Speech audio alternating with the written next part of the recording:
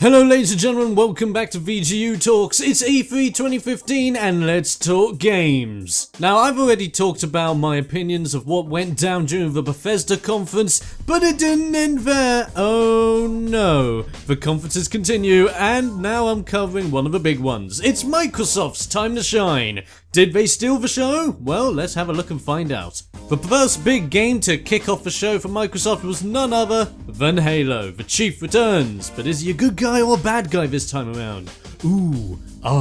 Whilst revealing the game, they had 4-player co-op gameplay being shown live on stage, which is pretty interesting. I did like that. It has improved mechanics from Halo 4 from the looks of things, ability improvements as well from Halo 4, including the multiplayer abilities as well, which seem really cool. The story itself seems to be revolving around the idea of a squad hunting down the Chief to find out the answers of whether the Chief is indeed a traitor now or not. That's going to be an interesting twist. It's coming this holiday. It's got an updated HUD to it as well. There seems to be player-specific scan capabilities and specific abilities on top of what they're able to do, which also seems interesting. I'd like to see more of that in the future. And the most hilarious part of it, you had to put a grunt blowing up in there somewhere. Looks good overall, but overall, I'm still meh with Halo. It needs to really steal it for me to get interested again. I'm Halo out.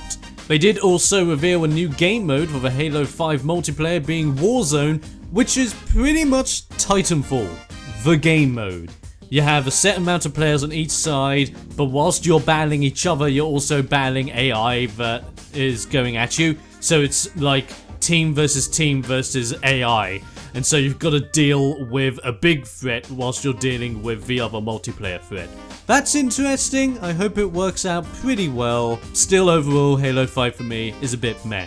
After that, we had a world premiere of a new title coming out called Record. Now this does look interesting. Seems to be based on a desert world. It's got a female protagonist leading the way with a robot dog companion. But this robot dog doesn't stick as he is. He all seems to have the capabilities to change his size and shape and capabilities, because as long as his core is alive, the little blue orb that's on him at all times, that seems to power him. As long as that's alive, he's able to do all sorts of different things, become all sorts of different things as well, of different shapes and sizes, being able to do all sorts of different things both in combat and I'm guessing more of a puzzle-based system as well. Record does look pretty cool, and the enemies seem to have the same capabilities as your dog companion as well, adding in a unique twist there. It will be interesting to see how creative this game really goes, and I hope it goes all the way. Then we had a really big announcement from none other than Phil Spence himself, saying that Xbox One this holiday will be getting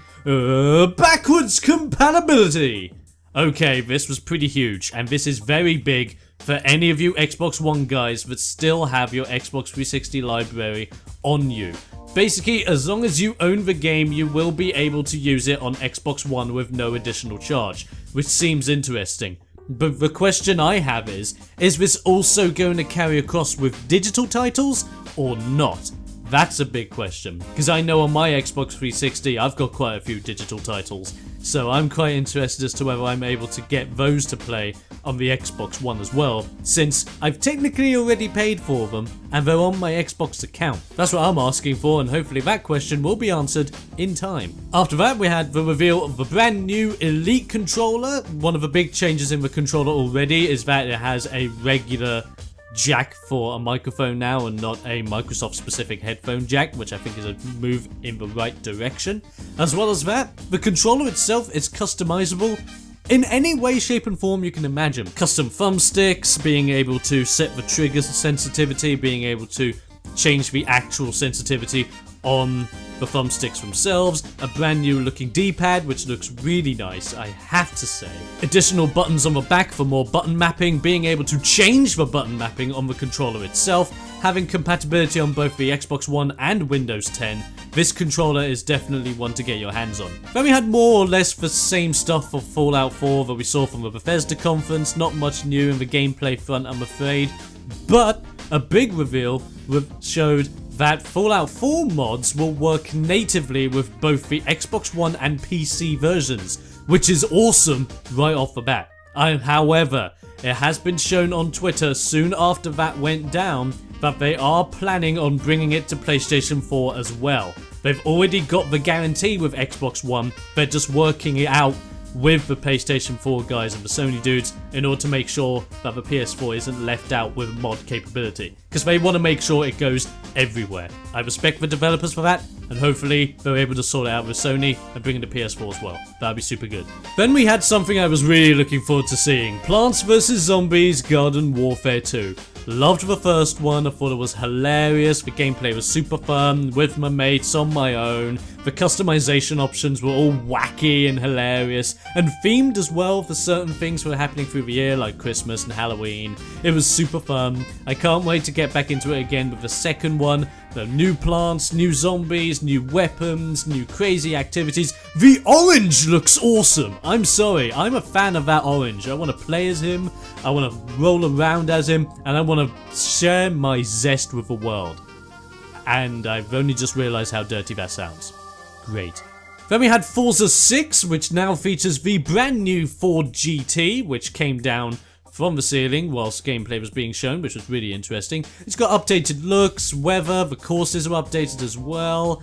It's not my cup of tea, but it is great to see, let's put it that way. There are some racing fans out there that are really going to dig Forza 6, and it's coming September 15th, so you're not going to have to wait that long. Brilliant. Next up was a game I was thinking was going to appear during either the Sony conference or the PC conference, but actually came up here. Dark Souls 3. Coming out early 2016, it already looks good. Obviously, these are just cutscenes, and it's most likely just like the hype-up scenes that we're looking forward to here. It's already been confirmed that this is the last chapter in the Dark Souls storyline, so it's going to end everything, which would be really interesting. It'll be interesting to see as well whether this is during the time before the events of Dark Souls 1, after the events of Dark Souls 2, or in between, since this is the last one in the series. And at the end, we have this strange character coming out of a coffin. And I've looked into this character a little bit more, and I have 3 possible options for who this character could be. It could either be Solaire, since he gave up his Ore to the Light and he's kind of turned dark now, which would be a really interesting way of bringing Solaire back. He also seems to have a bit of Artorias in him. He has a bit of a blue cloak going on, and he has that massive sword on him, but of course Artorias uses more of a katana style blade rather than a giant greatsword. So it may or may not be an Artorias character, or maybe someone who went down the similar training and lineage as Artorias, that's what I'm thinking there. Or the last option is that it could be a player character.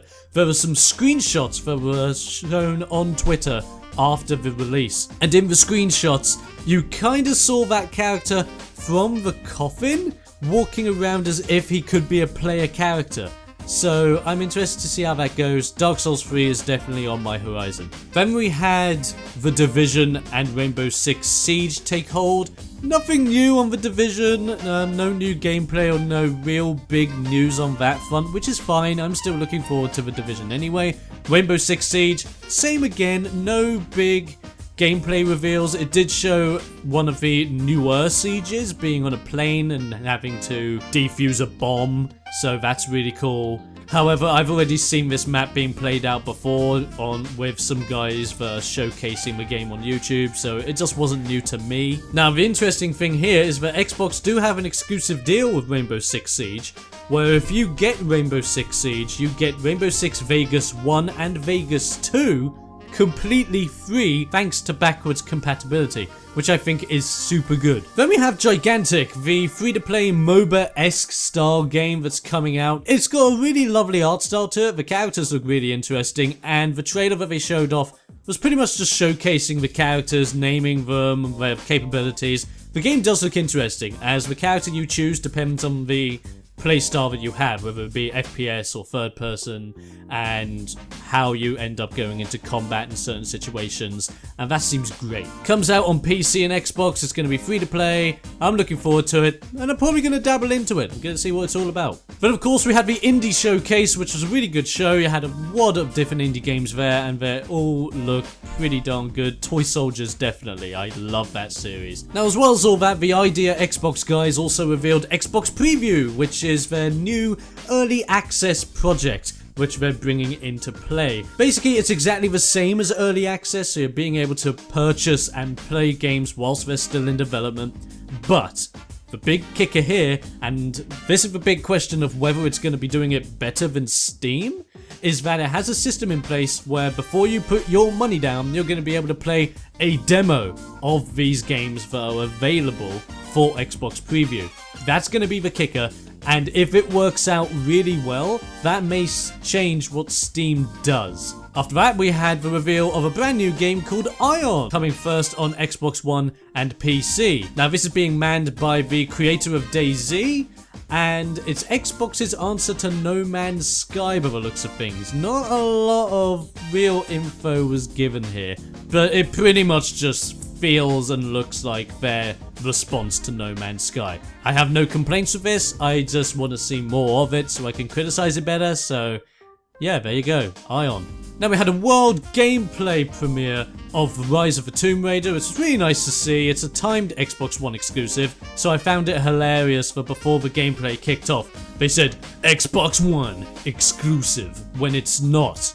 It's coming out on PC at the same time as the Xbox exclusive, but then it's coming to PlayStation 4. Get it right, guys. Get it right. But apart from all that, it does look good. It's got great snow physics. I'm really loving that indeed. The weather looks really nice as well. The game just looks nice. They're only teasing the tombs of a moment, and I think that's working to their benefit here, because we know this game is going to feature Lara Croft's technically first tomb. So we don't want to see a lot of the tomb, and we only want to be teased by it because we want to play it ourselves.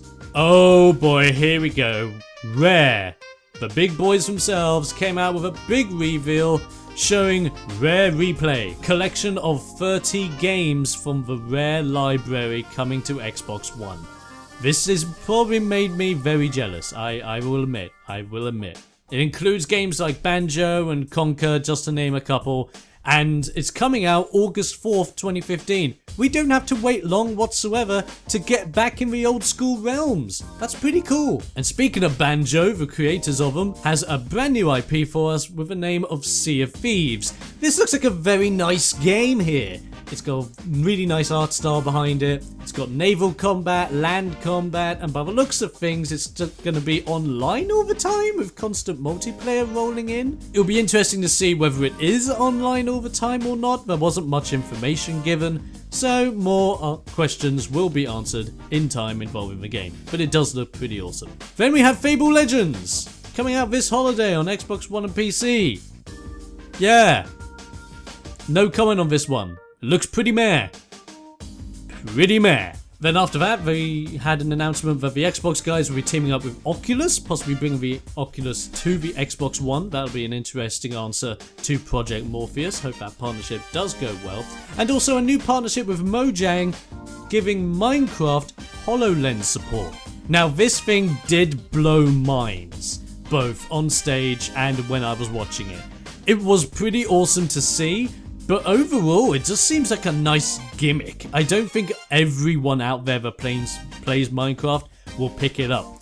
And the biggest worry that I have, and a few of other people have after talking to them about it, is that one of the fun parts about Minecraft when you create a new random world to build stuff from and explore and all that jazz, the fun part is exploring it, finding out where everything is. And with the HoloLens support, it just seems as if you can generate a world, put on your HoloLens, look at it from a table so you have a 3D perspective, zoom out, scan the entire area, and you can look at what the entire world has to store right off the bat, and even scroll down and have a look at what's in the underground levels. I don't know, I'm really critical about this. I don't like that functionality because I think Minecraft works better when you're allowed to explore at your own pace. I don't like the idea that you're able to somewhat cheat at Minecraft. Nevertheless, HoloLens looks cool, but I still think it's a shiny gimmick. And finally, to end the show, we had Gears. Gears and Gears. First off, we had Gears of War Ultimate Edition, which is a brand new remaster of the original Gears of War, coming to Xbox One with a public beta of the multiplayer available for 1 week. So if you're watching this on the week of E3, get it on your Xbox One and play the public beta. It's available now, and you better get that in before it goes down. But of course, the other big thing was Gears 4. Not Gears of War, but just Gears 4. Xbox One exclusive title. Gameplay looks really menacing and very dark. Very, very dark. To the extent where while I was watching it, I was like, I can't see anything. It's so dark, I literally can't see anything. Whether that's the angle they went with or not, that's pretty good. Seems to go more with the horror roots rather than the action roots this time around. And if you are kicking off the franchise again on a new console, why not mix things up? I think it would actually do quite well. Would I be interested in getting Gears? I'm kind of... With Gears, for me, it's kind of the same with my opinions on Halo. I'm kind of burned out with the series. Unless they do something really big, I'm not going to go back to it. Just saying. Overall, the Microsoft show was really good. Good lineup of games. Nothing really stole the show for me. The indie titles did a really good job on that front, though, so I'll give them the benefits. But the thing that did steal the show for Microsoft here was, of course, the backwards compatibility. That's huge. That is really huge. And this is where Sony has to step up to the plate. But overall, I really enjoyed the Microsoft show. It was really good, really cool, and well done Phil Spencer and the Xbox team. You've done a good one. They're also leaving a lot of stuff out of the show because they're bringing it up at Gamescom, and I don't blame them. So now I leave the plate up to you guys at home. What did you think of the Microsoft E3 conference? Did you like it? Did you not like it? What were your highlights and lowlights? Let me know in the comments below, and I'll see you next time for more coverage of E3 2015 on VGU Talks.